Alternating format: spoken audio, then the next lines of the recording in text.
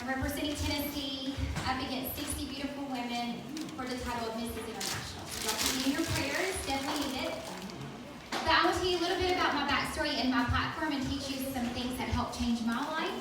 And then we'll have fun playing bingo. So I grew up in the pageant world and graduated and decided that I wanted to go to beauty school. Got my license in aesthetics and then worked in a spa and stayed there for 13 years. That was what I was known for. That was my identity. Got married, had a baby, didn't know how to decide to quit my job. After I had my child, they don't prepare you after you have kids, how your body changes, and I developed postpartum depression and anxiety really bad, and I missed out on my first year of my son's life. It got really, really bad. And I also had been battling an eating disorder, 3 different types of eating disorders for 25 years. And as a teenager, I was anorexic and almost died. And then it manifested itself into bulimia in my late high school years in college. And then as an adult, it developed into food addiction, compulsive eating. So my weight after my son had gotten up to almost 300 pounds. And I hated everything about myself. I had a lot of rage and hate towards myself and others. So after that first year, my husband said, we got to do something. You need to go back to the doctor. And I did. And thank goodness they said it's postpartum. God helped for that. But my weight I still was in the eating disorder of the compulsive eating. So when he was 4 years old, I started having a lot of heart issues. Had an EKG that came back bad. Had a stress test came back bad. They had to take me and get me an echocardiogram.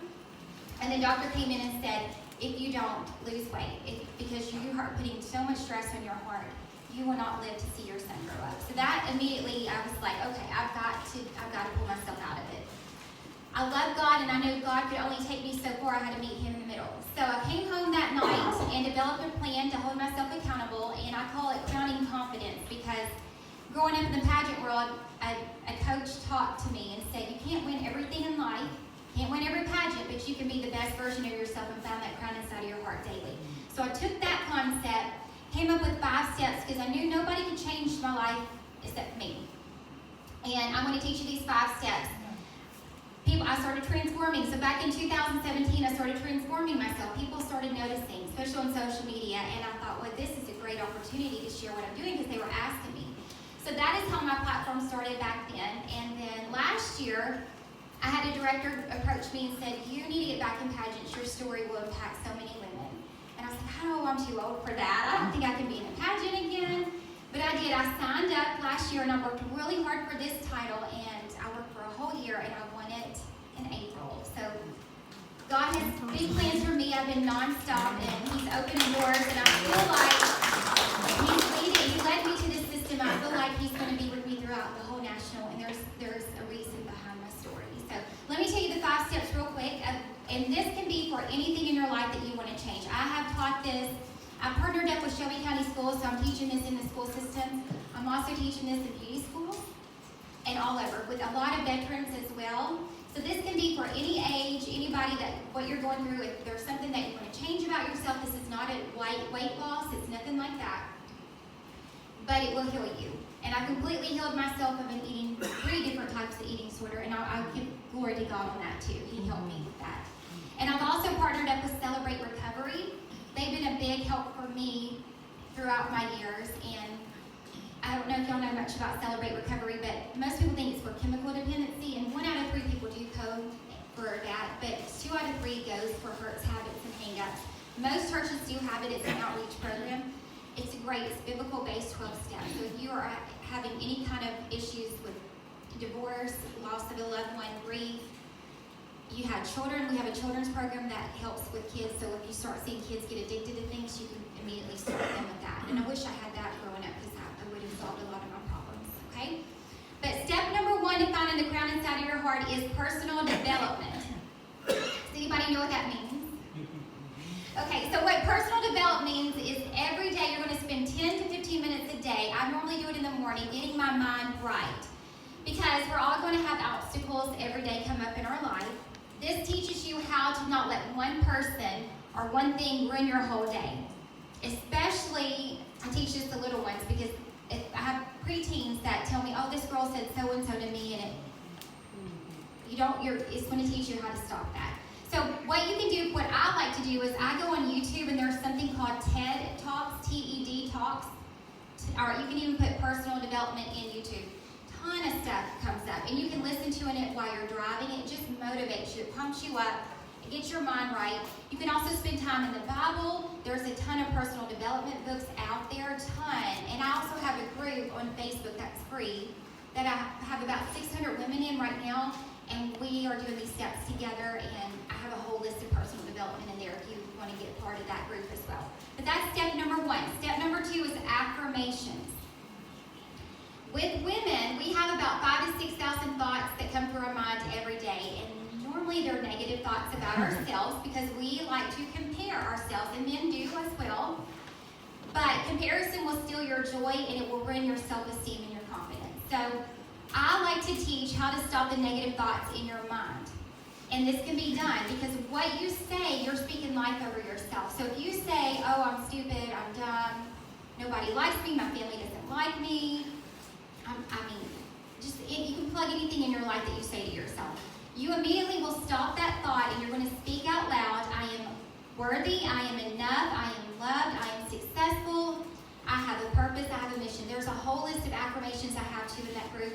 But if you get in that habit, and you'll notice how many thoughts you have daily that are negative about yourself. If you get in the habit of doing that, and doing that every day consistently, even if you have to go to the bathroom to say it out loud, or whisper it, or write it on your mirror, but if you don't just think it, you have to say it out loud, because the more that you say it out loud, you start believing it in your heart, and that's a step to getting confidence.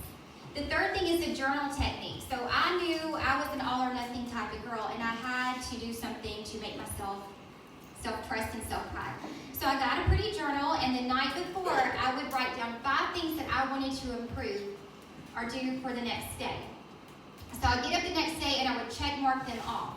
And I would not go to bed until I checked them all off, and then I would do the same thing for the next day, and repeated that. That's what helped change my habits. And that's a very good goal-oriented journal technique. The fourth is you're going to do homework and get a piece of paper out, and you're going to mark, like you're in a pageant, you're going to score from a 1 to 10, 10 being the best. You're going to write down every area of your life, your health, your family, your faith, how you are as a parent, a grandparent, anything that you're, like community, anything that you're wanting in your life to work on, you're going to make a list, and then you're going to score yourself. And you're going to look to see what you scored yourself the lowest on, and that's the first thing that you're going to work on, because you can't change everything about yourself in one day, but you can start making baby steps, and you change that one thing that you're unhappy with, your confidence and your self-pride will go way up. And then the 5th step is a vision board.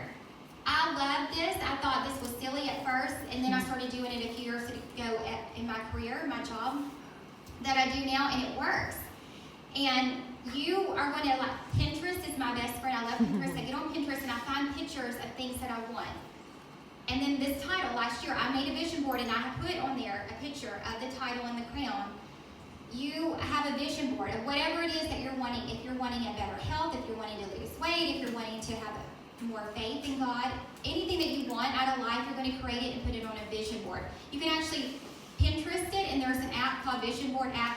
It can make a collage and you can put it on your phone and look at it every day.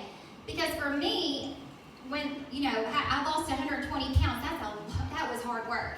And I don't like to exercise, and every day when I got up and thought, man, I've got to make these healthy changes, I would look at that and remember, this is my why. My son's picture was on my phone. I'm like, this is my why. This is why I'm doing this. And it motivated me. So that vision board helps, because what you visualize, you will achieve in life. And then after you do that, you're going to come up with a strategy plan. So if it's your health, what is one thing that you can do today to make yourself healthy? Is it giving up Cokes? Is it going for a walk? Is it going to the doctor and getting your blood work done? Things like that. You have to come up with a strategy on the thing that you scored the lowest on. But if you do that and do that consistently, you will change, and people will start noticing, and you'll get more confident. And when you're confident, you can take over the world. You really can. And you can share this with others, because your confidence will spread to others. So that's my 5 steps. I hope that helped. Like I said, my group is called Crowning Confidence by Brandy Joe on Facebook. It's a free class. And I also have YouTube on it as well. But does anybody have any questions for me? And if you do pray, please keep me in your prayers, especially heading towards nationals. I would appreciate that. Yes, sir. Yes, you said, in your question, you said you lost 120 pounds. Yes. The time and the energy that you had to put in to accomplish that. Took about 2 years. And looking at a number on a scale, you're like, that is a lot. I just took baby steps. Baby steps. And I mean, I had diabetes, high cholesterol, a lot of stuff. And when I started coming off those medicines and my cholesterol got better, I had no more diabetes, that motivates you more. So just little bitty steps that you can do, and you can't look at the big picture. You can think, okay, I'm going to try to lose 3 pounds this month. And when you crush that goal, it helps you stay motivated. An accountability partner does as well. Anybody else? Yes. Are you from the Memphis area? Yes, I grew up in Memphis, and I've lived out here in Oakland for a few years. And when I got married, I fortunately had to go to Tipton County to see my husband. I miss it out here. I will say y'all are so nice. Fayette County has been so loving and so welcoming to me, and I appreciate that so much. But we live in Atoka now. Yeah. And my title to win this was Mrs. Tipton County. So I took Tipton County up there to win. And my pageant was held in Nashville. Anybody else? Okay. Well, let's have fun and play some bingo, and I hope to give you all